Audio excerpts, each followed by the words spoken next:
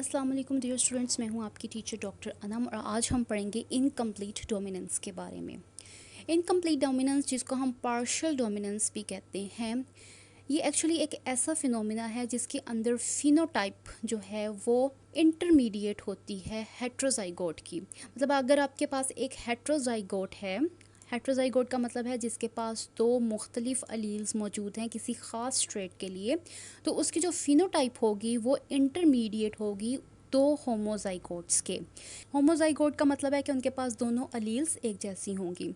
अब हमें पता है कि एक नॉर्मली हमने क्या पढ़ा है कि एक अलील जो है वो डोमिनेंट होती है और एक अलील जो है वो रिसेसिव होती है। तो जब हेट्रोजाइगोट बनता है तो उसके अंदर जो डोमिनेंट अलील है वो एक्सप्रेस कर जाती है। लेकिन इनकम्प्लीट डोमिनेंस में क्या होता है, जब हेट्रोजाइगोट बनता है तो ये वाली अलील भी और ये वाली अलील भी दोनों अपना इफ़ेक्ट शो करती हैं, जिसकी वजह से हमें इंटरमीडिएट या मिक्स किस्म का इफ़ेक्ट देखने में आता है।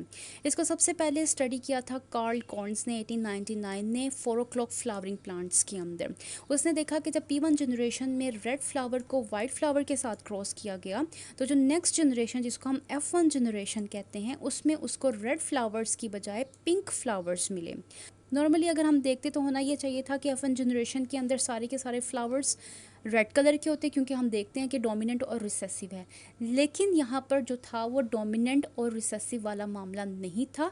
इसमें क्या हुआ कि ये वाली जो अलील थी जो रेड कलर को कोड कर रही थी यहाँ पर, और ये वाली अलील जो वाइट कलर को कोड कर रही थी यहाँ पर, जब दोनों आपस में इकट्ठी हुई तो उन्होंने इंटरमीडिएट इफेक्ट दे दिया। जैसे आप रेड कलर को और वाइट कलर को मिक्स करें तो आपके पास पिंक कलर आता है, बिल्कुल उसी तरह से। ठीक है, क्योंकि कोई भी अलील डोमिनेंट नहीं हो सकी तो इस वजह से हम इसे कहते हैं कि ये इनकम्प्लीट डोमिनेंस है। यहाँ पर आप देख सकते हैं कि यहाँ पर जो मैंने अलील्स लिखी हैं वो मैंने R1 R1 R2 R2 लिखी है। नॉर्मली अगर आप देखें तो हम क्या लिखते हैं, कैपिटल R और स्मॉल r।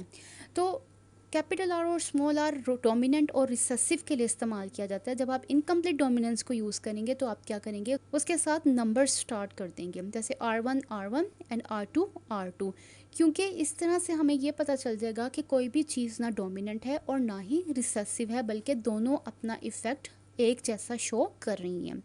अब अगर हम ये करते हैं कि F1 जनरेशन के दोनों प्लांट्स को आपस में क्रॉस करा देते हैं तो F2 जनरेशन में हम देखेंगे कि जहाँ पर होमोजाइगोट बना है वहाँ पर रेड फ्लावर्स, और इसी तरह से R2 वाला होमोजाइगोट जहाँ आया वहाँ पर हमारे पास वाइट फ्लावर्स आ रहे हैं। लेकिन जहाँ जहाँ पर हमें हेट्रोजाइगोट मिले हैं वहाँ हमें पिंक कलर के फ्लावर्स देखने में आएंगे। तो ये था हमारा आज का लेसन इनकम्प्लीट डोमिनेंस के ऊपर। अगर इससे रिलेटेड आपके पास कोई क्वेश्चन है तो आप मेरे से पूछ सकते हैं कमेंट सेक्शन में। मैं आपको मिलती हूँ अगली वीडियो में।